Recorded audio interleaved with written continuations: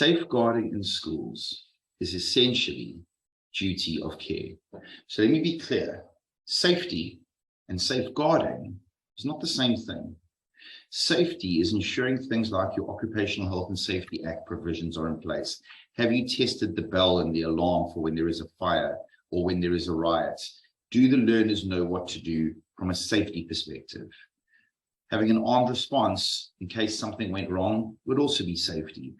Safeguarding is ensuring that as a result of relationships that are developed between educators and learners, that there is an understanding that there is a risk that that relationship can go toxic.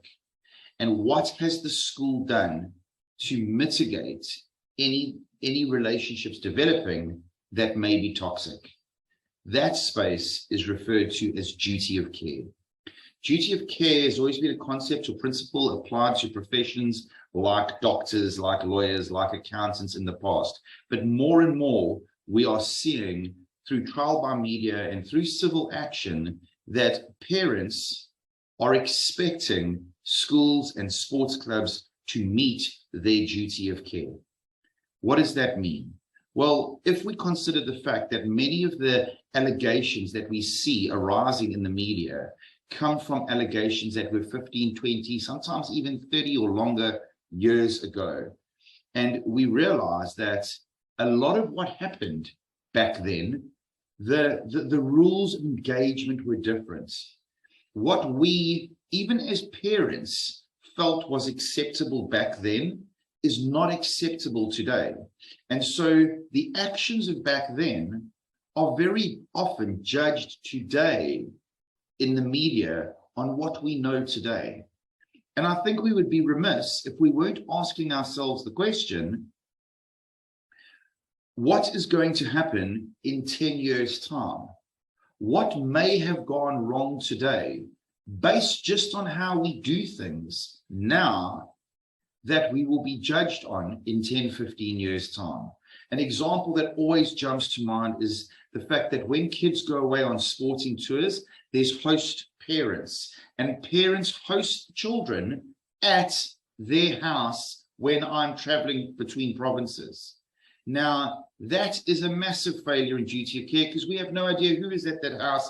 We have no idea who those parents are. And I honestly believe that there's going to be a time in the future when allegations come from those choices we're making today, and we will be called to book because we failed in our duty of care. So how do we define duty of care within the school space? Well, in the South African Schools Act, there is a provision known as in loco parentis. Now, many headmasters will go, the definition of in loco parentis is, if a child is injured, I can phone the mom or phone the dad, and if I can't get hold of them, I can then make a decision in the best interest of that child. That is true. That is true. However, it's more than that. Because in loco parentis calls on all educators, calls on all headmasters, all HODs, etc., to behave in a manner that is in the best interests, both physically and emotionally, of a child. And you need to treat that child as an engaged parent would. Now, I don't know any engaged parents that would allow their child to go off to another province and stay in a home with somebody they've never met.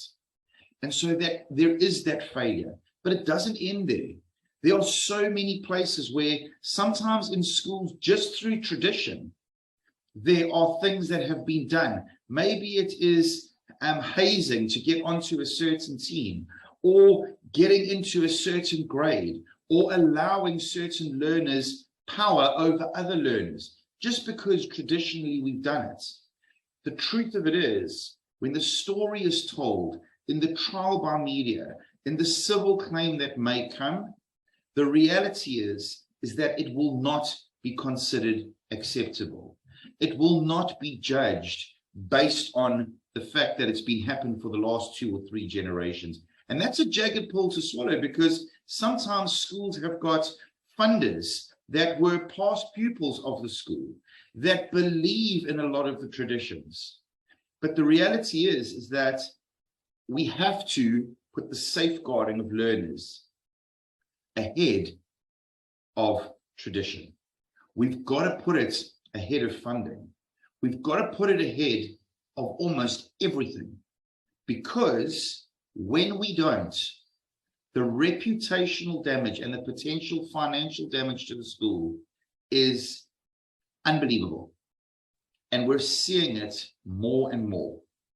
And so I strongly encourage all schools to ensure that they meet their duty of care, implement the 4 and 6, make sure that your bases are covered, and then approach the safeguarding with the concept and an understanding that safeguarding is not an action. Safeguarding is a process. You cannot tick the box today and know that your safeguarding is done. It's not like safety. You can check your fire hydrants today and know that it's safe for a year. Safeguarding is a concept, is a principle that needs to play out every single day. And in all honesty, only those schools that take responsibility for driving safeguarding will truly play a role in safeguarding learners. Thank you.